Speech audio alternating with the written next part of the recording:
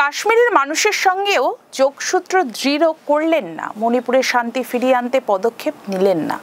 এখন উত্তরবঙ্গে এসে এখানকার উন্নয়ন নিয়েও কোনো জবাবদিহি করলেন না প্রধানমন্ত্রী নরেন্দ্র মোদী। কেবল ভারতীয় সেনাদের অপারেশন নিয়ে নিজের ভোটের রাজনীতি ঢাক পিটিয়ে গেলেন।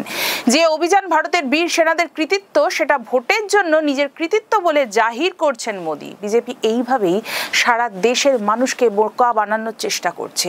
এখনই এই রাজ্যে 2026 সালের বিধানসভা নির্বাচনের প্রচার শুরু করে দিলেন। প্রশ্ন মোহাম্মদ সেলিমের, আসলে মোদী সবসময়ই ভোটের দিকে তাকিয়ে কথা বলেন, দেশের কথা কমই বলেন। উত্তরবঙ্গে চা বাগান ধুঁকছে, বাগান বন্ধ হচ্ছে, শ্রমিকরা ন্যূনতম মজুরি পাচ্ছে না, বাগানের শ্রমিকের বেকার ছেলে মেয়েদের ভিন রাজ্যে পরিযায়ী শ্রমিকের খাতায় নাম লেখাতে বাধ্য হচ্ছে। এদিকে চা বাগানের জমি রাজ্যের মুখ্যমন্ত্রী কর্পোরেটদের হাতে তুলে দিচ্ছেন দেখেও দেশের প্রধানমন্ত্রী চুপ করে আছেন।